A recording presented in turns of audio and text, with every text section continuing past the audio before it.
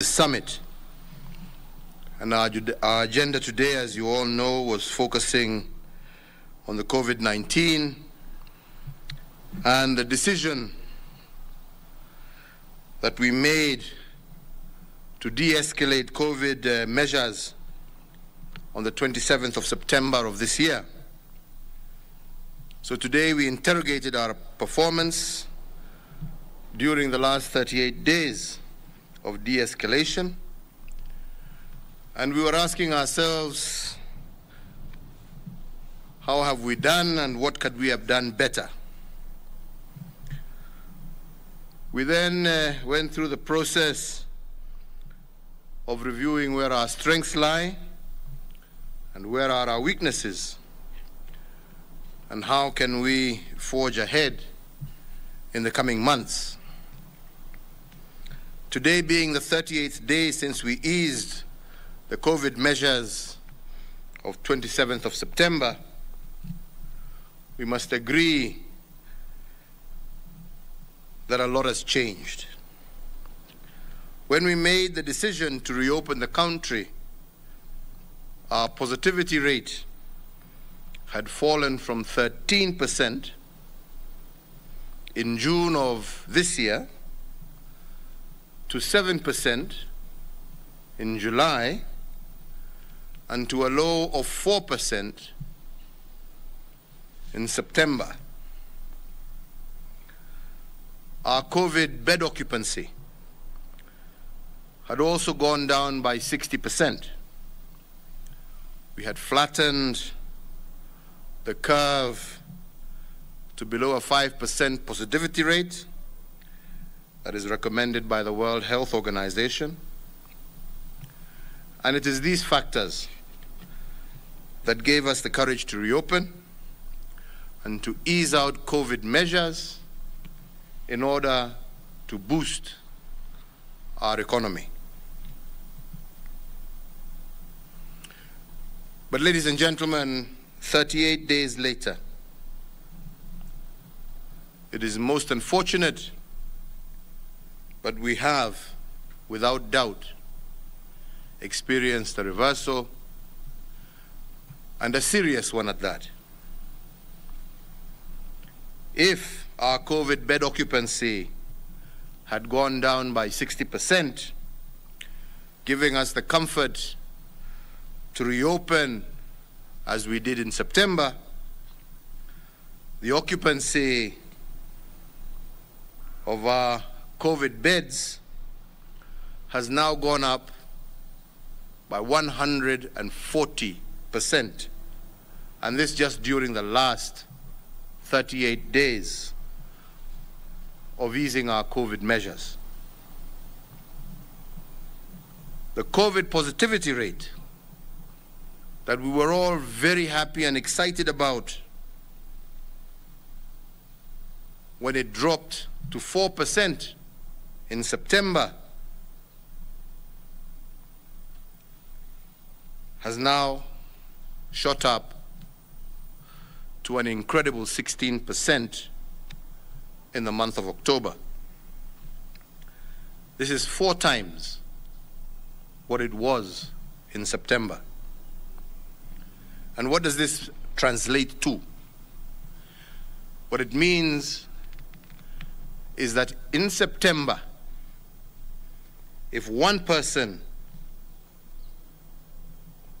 was positive, in October, it means 4 people have tested positive. That is almost 3 times the rate. And fellow Kenyans, this increase only in 38 days. In October alone, we had over 15,000 new cases of corona infections and approximately 300 deaths. And these statistics coming from our National Multi-Agency Command Center on COVID-19. In fact, October has gone down as the most tragic month in our fight against COVID. We are now staring at a new wave of this pandemic, and the question we must all ask ourselves is, where did we as Kenyans go wrong, and what could we have done differently? Although the second wave of this pandemic, we accept, is a global affair, the last 8 months have taught us a few lessons that are useful in combating this new surge. Firstly, our most successful fight against the virus was recorded after the measures we took on the July 27th, 2020. The very stringent measures saw a new fall in new cases from 4,720 during the first week of July this year to 866 new cases during the second week of September 2020. But when we de-escalated measures in accordance with the wishes of many Kenyans,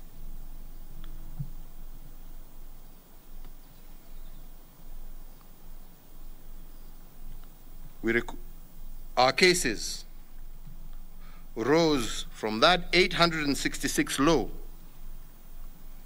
to 6,402 cases by the last week of October 2020.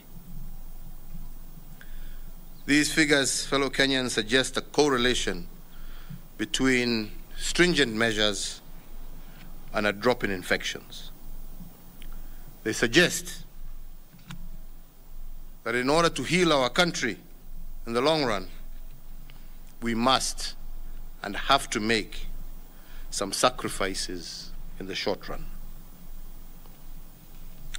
The second point is that the last 8 months have taught us also that the exercise of civic responsibility is a central plank in the war against this pandemic. Between June and end of September, the country witnessed a heightened level of public awareness and public restraint. Our country witnessed a high level of observation of COVID protocols, and we were aware and took our civic responsibility seriously. But after de-escalating the measures at the end of September, we as Kenyans seem to have backtracked from the practices that we learned in the early stages of this pandemic. And all of this built around the false notion that because the curve was flattening, the country was now safe and we could go back to normal behavior. And indeed, it was for this very same reason that I warned in my last COVID address that what seems like a victory in September could become a big liability in October. And in fact, this is what has happened. And at the same time, I said that we may win the battle, but lose the overall war if we, as citizens, do not remain vigilant. More so, because again, as I said, the most fragile point in any war happens at the point when victory is in sight. And this is why I emphasized that to win the overall war, the citizens have to exercise their civic duty and responsibility especially in observing the COVID protocols. The third lesson of the last 8 months has also to do with enforcement. Over this period, it cannot be gainsaid that the public has suffered a certain level of COVID fatigue, for lack of a better word. And with this fatigue, public responsiveness to COVID protocols has also greatly reduced. And this has resulted in the overstretching of enforcement agencies, basically reducing their efficacy and their ability to do their job. But I remind you once again, fellow Kenyans, as I mentioned during my 10th COVID address, that the government does not have the ability to police the morality of its citizens. We will double our enforcement efforts, but it is you, the public, that will play the most critical role. You must remember that it is not my government's desire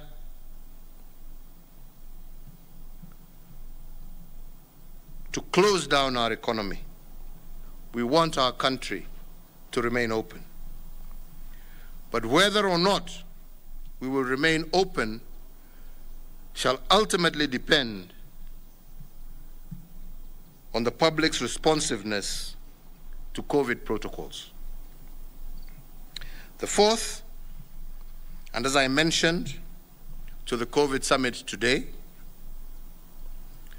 this moment also provides a unique call to leadership. And although public and civic responsiveness are critical to fighting the rise of COVID numbers, leadership is what will reverse this escalation. And from where I sit, if the public has backslidden from its vigilant fight against the pandemic, this has been occasioned in part by the diminishing stamina on the part of our leaders, and for us, not leading by example. If the nation is succumbing to the fatigue created by the virus, indeed it is a tragedy if the leaders also give in to the weariness as well. And if the people have fallen short of giving their best this time, we as leaders have also fallen short. And we as leaders this time round have no option but to give our all. We must know the way, go the way, and show our people the way. And by leaders here, I refer to those in government like myself. I refer to those in the corporate sector. I refer to the leaders of our religious sector and all sectors of our country. And my call to action is for them to rise to the occasion and for them to help navigate through the uncertainties of this pandemic. And while at it, we must recognize that this is not a time for popular decisions. In order to appease the public, we must choose the bold over the popular if we are truly to serve our people. So therefore, fellow Kenyans, and on the recommendations of the National Security Advisory Committee, the National Emergency Response Committee, and with the concurrence of the 6th Extraordinary Session of the national and county governments, the protocols and guidelines that were previously eased are today reviewed as follows. The first is that today I direct that all cabinet secretaries, chief administrative secretaries, and principal secretaries to scale down all in-person engagements within government and to take appropriate steps to foster the discharge of their mandates by themselves and their officers through virtual means where possible. 2, similarly, and to protect government staffers drawn from vulnerable groups, I direct that all state and public officers aged above 58 years or who are immunocompromised to work remotely. This with the exemption of those serving the nation in critical sectors. Number 3, with respect to the examination classes that have already resumed learning, I hereby order that they continue with their learning and examination preparations, but under heightened health safety measures, and with that, also order that all basic education classes resuming in-person learning in January of 2021. 4,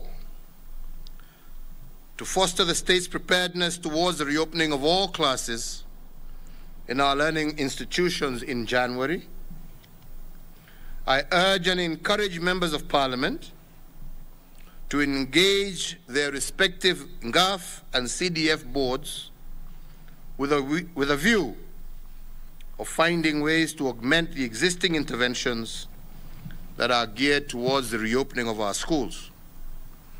I urge them to make investments that focus on additional hand-washing points in our schools,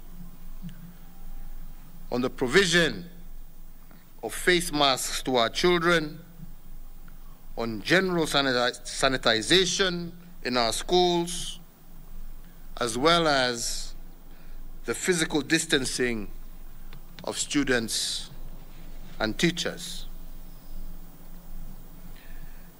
And number 5, that all political gatherings and rallies are suspended for a period of 60 days, and this to take effect immediately.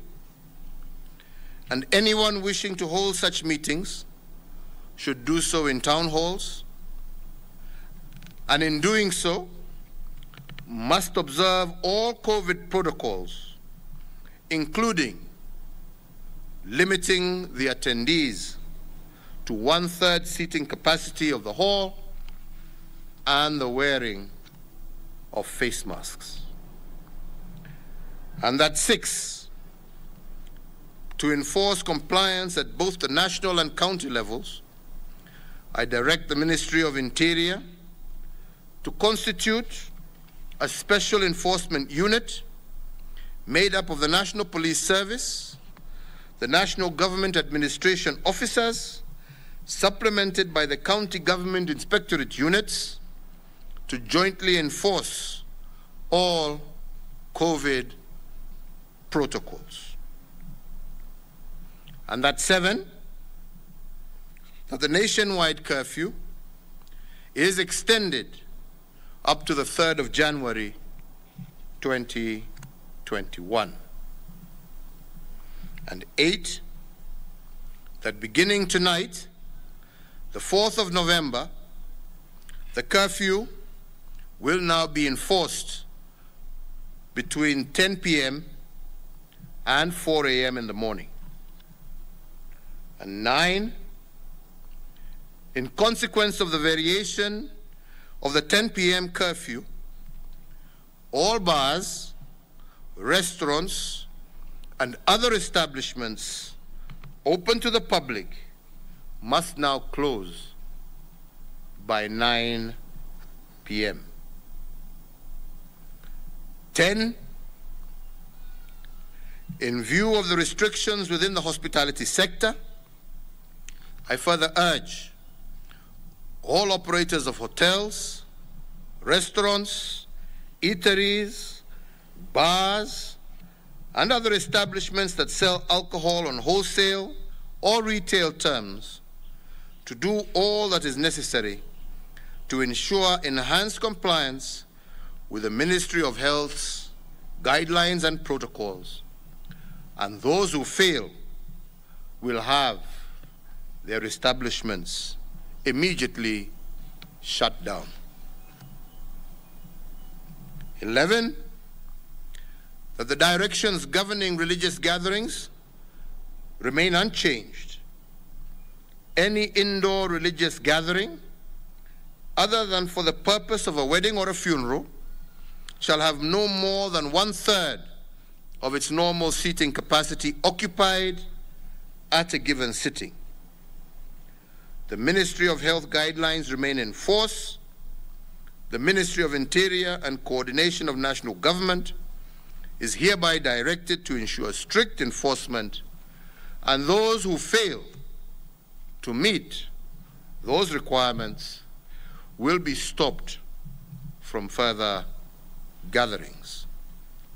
And 12, county governments to maintain isolation facilities in a state of preparedness through continuous capacity building for healthcare workers, provision of adequate PPEs for healthcare workers, and continuous implementation of infection prevention control measures, and the provision of piped or portable oxygen. 13, I want to make it abundantly clear that where there is an upsurge of COVID-19 cases in a specific county, the national government will consult the affected county to issue localized lockdowns and movement restrictions as may be necessary to stem the spread of the disease.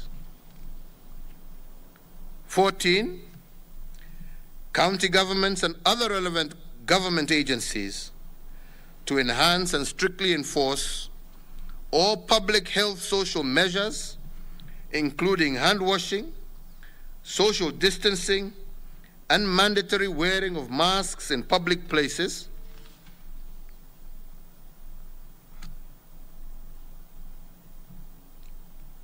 and to enhance civic responsibility.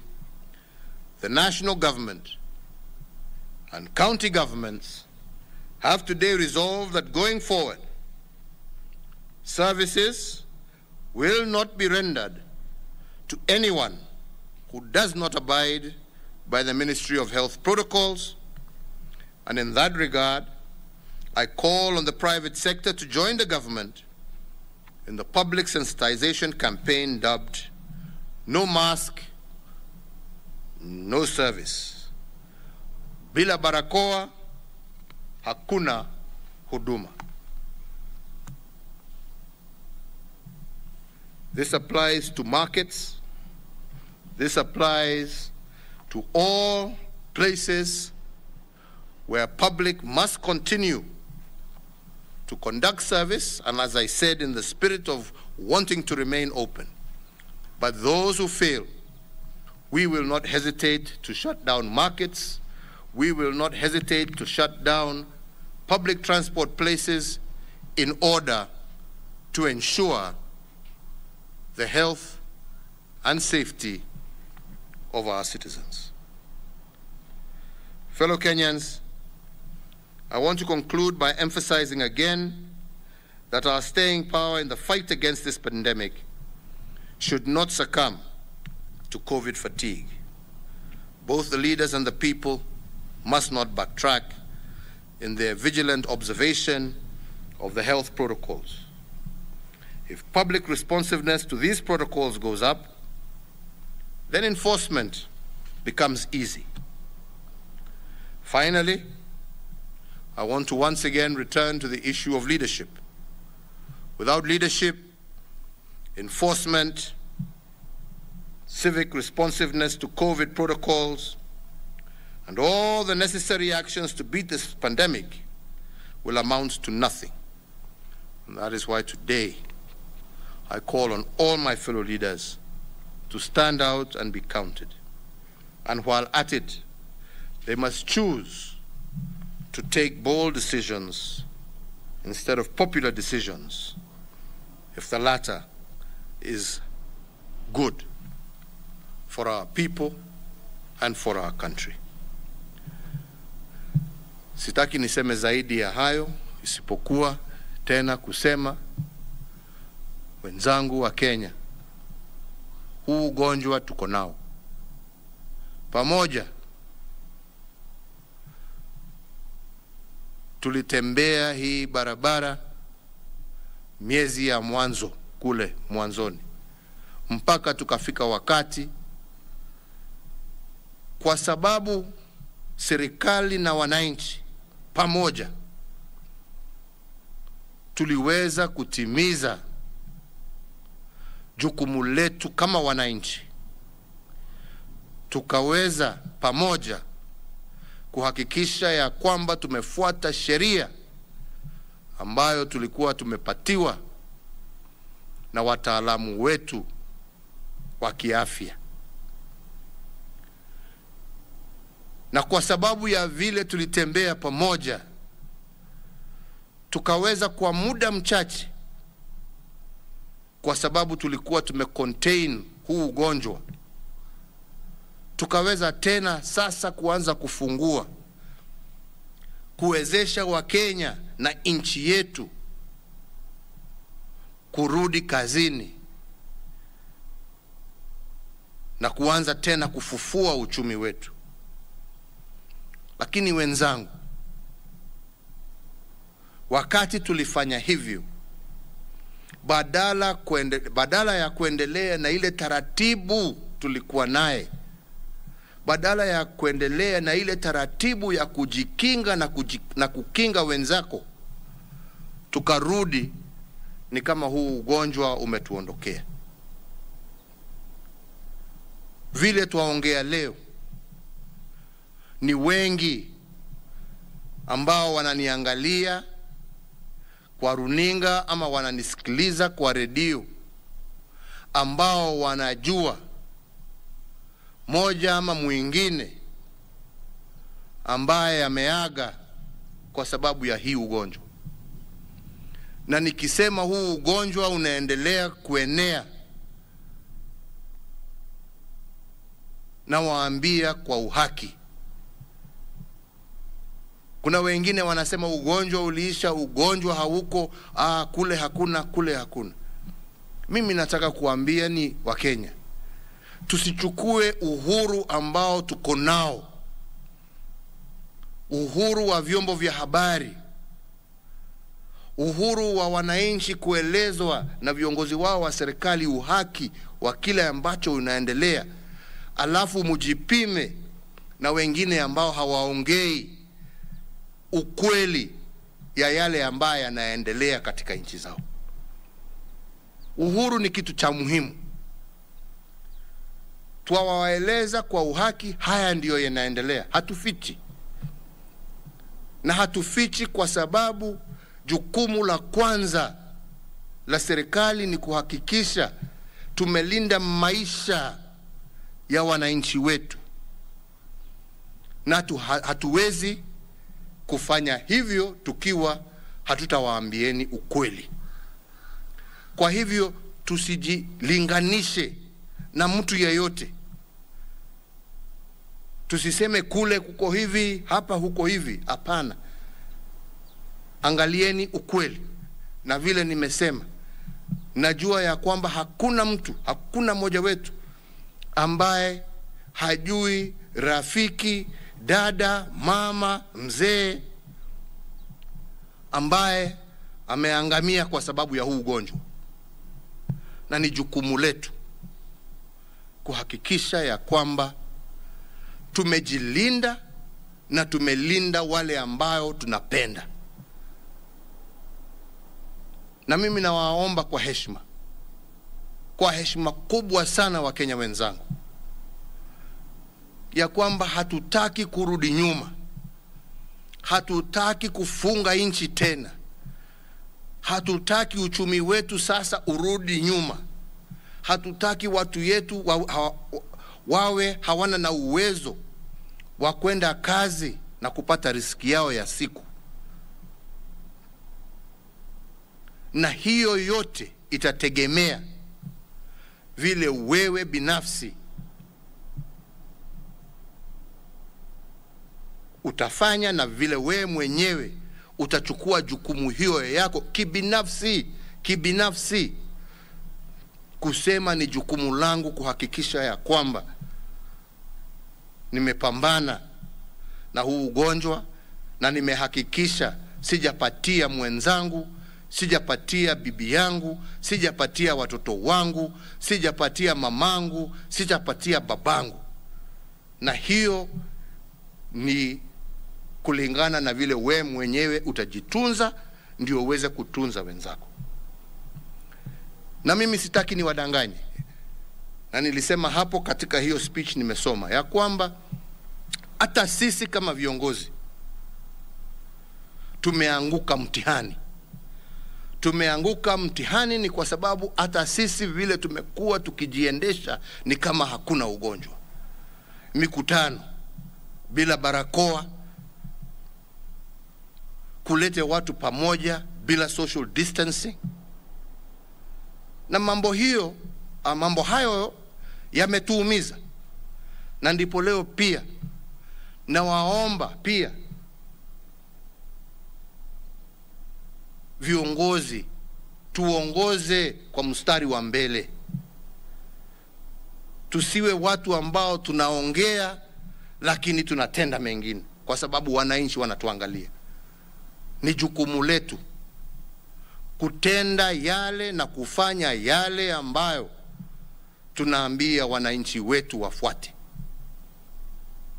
Na tutachukua hatua kwa yeyote ambaye hatafuata yale ambaye tumekubaliana hapa, awe ni nani ama ni nani. Tuasema maisha ya Wakenya kwanza, mambo mengine baadaye.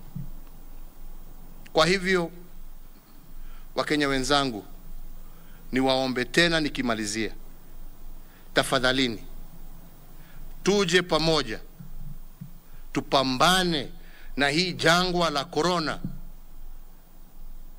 tuimalize kati yetu na tuweze kuendelea na shughuli zetu za kikawaida kama Wakenya. Lakini tusipofanya hivyo na huu ugonjwa uendelee kuenea na kuchukua maisha ya wananchi wetu, hatutakuwa na budi isipokuwa kwenda hata zaidi kuweka masharti ambaye itasababisha kila mtu afanye yale ambaye anatakikana. Kwa hivyo nawaomba tufanye kwa hiari yetu, tufanye kwa sababu ya mapenzi ambaye tuko nayo na Wakenya wenzetu. Tusijipende, tusahau tuko na wenzetu. Tujikumbuke kama Wakenya na tutembee barabara hii kama Wakenya na tusaidiane kama Wakenya. Na nyinyi wenzetu waandishi wa habari, yangu ni kuwaomba tusaidieni kuelimisha watu wetu, tusaidieni kutambua yule amekataa kufuata, yule kiongozi expose us, show us out, call us out, even we as leaders. If we fail in doing and practicing that which we preach. Because that is the only way we shall save our country. That is the only way we shall deal with this disease. Nasema asanteni sana, na nikimalizia, kwa sababu niko na co-chairman wangu hapa, ningependa aseme jambo moja ama mbili, kwa sababu yeye ndio co-chair wangu wa summit. Karibu chairman Wycliffe Oparanya, chairman wa Council of Governors na governor wa county ya Kakamega. Asanteni. Ya Mheshimiwa Rais na wale CS wako hapa na mwenzangu Governor Machakos, nataka nichukue fursa hii ni kushukuru sana ule uongozi ambao umeonyesha wakati huu ambapo tunapikana na janga la corona. Kwanza wewe umekuwa na sisi kama magovernors mikutano karibu 7 kwa wakati mfupi sana, tukiongea haya mambo ya corona na mambo mengine ambayo imekumba nchi yetu ya Kenya. Na hiyo tunakushukuru, na yale yote ambayo umetangaza leo, sisi kama magovernors tunakuunga mkono, tumekubaliana, kwa sababu hatutaki watu wetu kukufa kwa sababu ya hii ugonjwa wa corona. So, Your Excellency, we shall continue supporting you on this particular issue. We are committed to it, and we continue to plead to all other Kenyans to be careful, to take care of themselves, and also to take care of others as we move forward as a country. Asanteni.